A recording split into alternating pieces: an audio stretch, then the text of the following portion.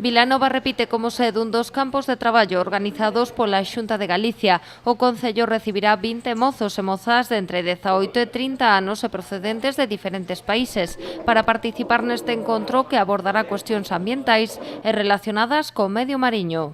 Con actividades e servicios complementarios de contacto coa natureza, snorkel, bodyboard, paddle surf, kayak, sendeirismo, tiro con arco. O campo terá como actividade principal a limpeza da senda da costa do Terrón Patiñas, área de gran valor ecolóxico e turístico. Tamén realizarán tarefas de recuperación da arquitectura mariñeira da zona do illote da Insuíña. Un poquinho máis na costa hacia Cambados vamos a preparar a playa das Patiñas, que é unha das playas que menos se usa, porque, bueno, non tiña comunicación, ahora xa ten unha senda, e vamos a reparar a senda e, aparte, limpiar todo aquel entorno para que se poida disfrutar este verano. Esta mañá o conselleiro de Política Social e o rexedor vilanovés asinaban o convenio para organizar esta actividade.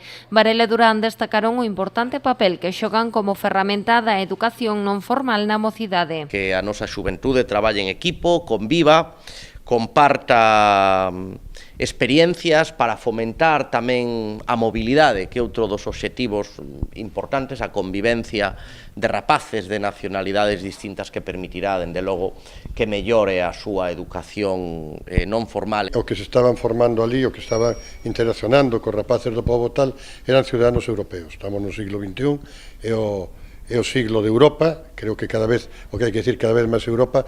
Isto é un exemplo máis, e felicito ao conselleiro porque... Neste verán a Xunta organizará 28 campos de traballo nas 4 provincias galegas, ofertando case 10.000 prazas.